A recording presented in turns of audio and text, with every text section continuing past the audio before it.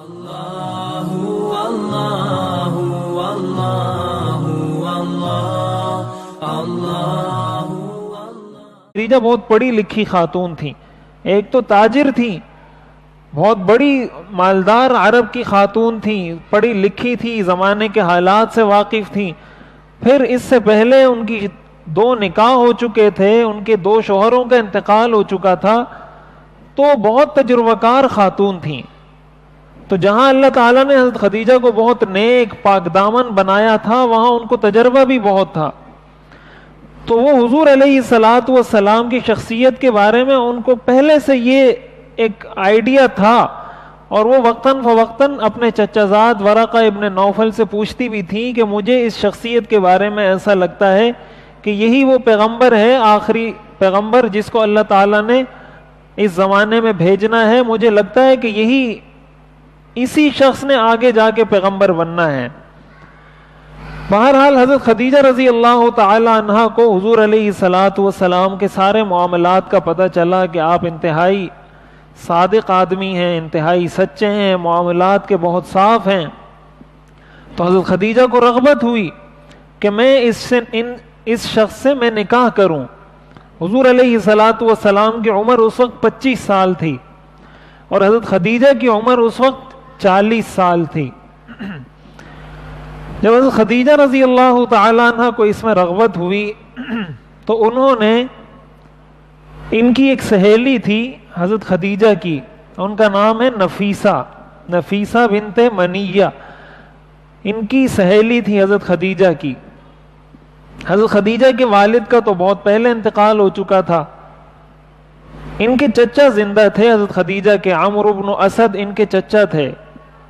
تو حضرت خدیجہ نے اپنی اس سہیلی کو کہا کہ جا کے حضور علیہ الصلاۃ والسلام سے میرے رشتے کی بات کرو، حضور سے کہو کہ میں آپ سے نکاح کرنا چاہتی ہوں۔ تو یہ حضرت نفیسہ یہ حضور علیہ الصلاۃ والسلام کے پاس گئیں اور حضور علیہ الصلاۃ والسلام سے کہا کہ آپ کو نکاح کرنے سے کیا چیز مانے ہیں۔ حضور علیہ الصلاۃ والسلام نے فرمایا اس وقت میری مالی پوزیشن ایسی نہیں کہ میں نکاح کر سکوں، میں ابھی اتنا مستحکم نہیں ہوں مالی طور پر کہ میں نکاح کر سکوں۔ تو حضرت نفیسہ نے حضور سے کہا کہ تمہارے یہ سارے مسائل حل ہو جائیں گے تو پھر تو نکاح میں کوئی رکاوٹ تمہیں نہیں ہوگی۔ حضور علیہ الصلاۃ والسلام نے فرمایا مجھے کوئی رکاوٹ نہیں۔ بہرحال انہوں نے حضرت خدیجہ کا پیغام نکاح حضور علیہ الصلاۃ والسلام کو دیا۔ حضور علیہ الصلاۃ والسلام اپنے چچا ابو طالب اور حضرت حمزہ ان کے پاس تشریف لے گئے، ان کے سامنے سارا ذکر کیا کہ اس طرح مجھے حضرت خدیجہ کی جانب سے نکاح کا پیغام ملا ہے۔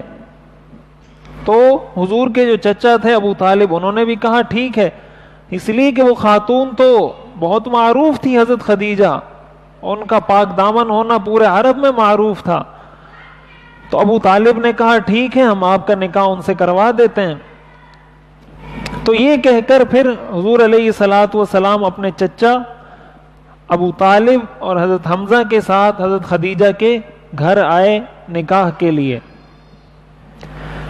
تو حضور علیہ الصلاۃ والسلام جب اپنے چچا کے ساتھ حضرت خدیجہ کے گھر آئے تو نکاح حضور علیہ الصلاۃ والسلام کا ابو طالب نے پڑھایا جو حضور کے چچا ہیں، اور اس میں ابو طالب نے یہ خطبہ پڑھا جو سیرت کی کتابوں میں موجود ہے، الحمدللہ الذی جعلنا من ذریۃ ابراہیم وزرع اسماعیل وضئضئ معد وعنصر مضر وجعلنا حضنة بیتہ وسواس حرمہ وجعلہ لنا بیتا محجوجا وحرما آمنا وجعلنا حکام الناس۔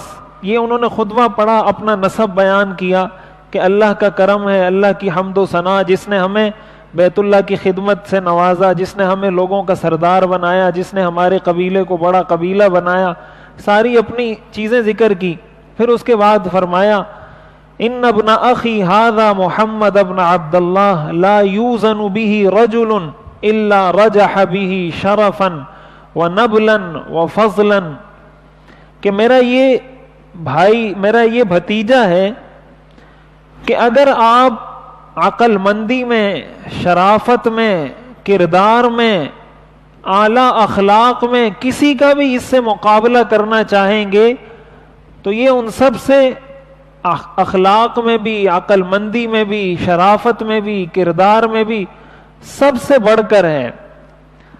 وَإِن كَانَ فِي الْمَالِ قُلٌّ، ہاں ایک معاملہ ہے کہ مالی لحاظ سے ہمارا یہ بھتیجا بہت کمزور ہے۔ اور پھر آگے فرمایا فَإِنَّ الْمَالَ ظِلٌّ زَائِلٌ، لیکن مال تو ایک سایہ ہے جو ختم ہو جاتا ہے۔ مال تو سایہ ہے، سایہ کبھی ہوتا ہے کبھی نہیں ہوتا۔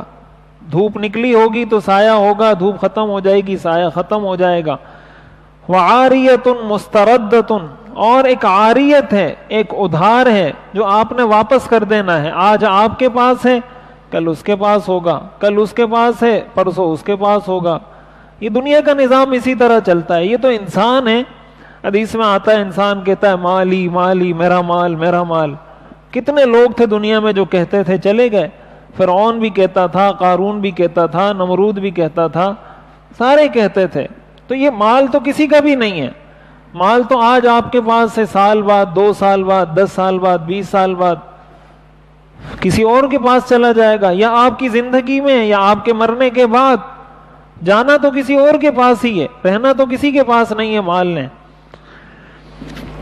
وَهُوَ وَاللَّهِ بَعْدَ هَذَا لَهُ نَبَأٌ عَظِيمٌ وَخَطَرٌ جَلِيلٌ وَقَدْ خَطَبَ إِلَيْكُمْ رَغْبَةً فِي كَرِيمَتِكُمْ خَدِيجَةَ وَقَدْ بَذَلَ لَهَا مِنَ الصَّدَاقِ كَذَا۔ یہ انہوں نے سارا خطبہ پڑھا کہ مالی لحاظ سے کمزور ہیں لیکن کردار کے لحاظ سے سب سے اعلیٰ اور سب سے برتر اور والا ہے۔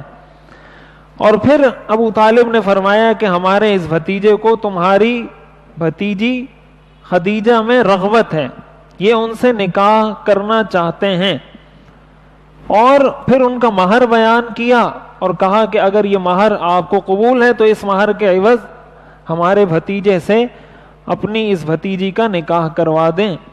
تو جو حضرت خدیجہ کے چچا تھے عمرو بن اسد، انہوں نے حضرت خدیجہ کا نکاح حضور علیہ الصلاۃ والسلام سے کروا دیا، اور یوں حضور علیہ الصلاۃ والسلام کا حضرت خدیجہ سے نکاح ہوا۔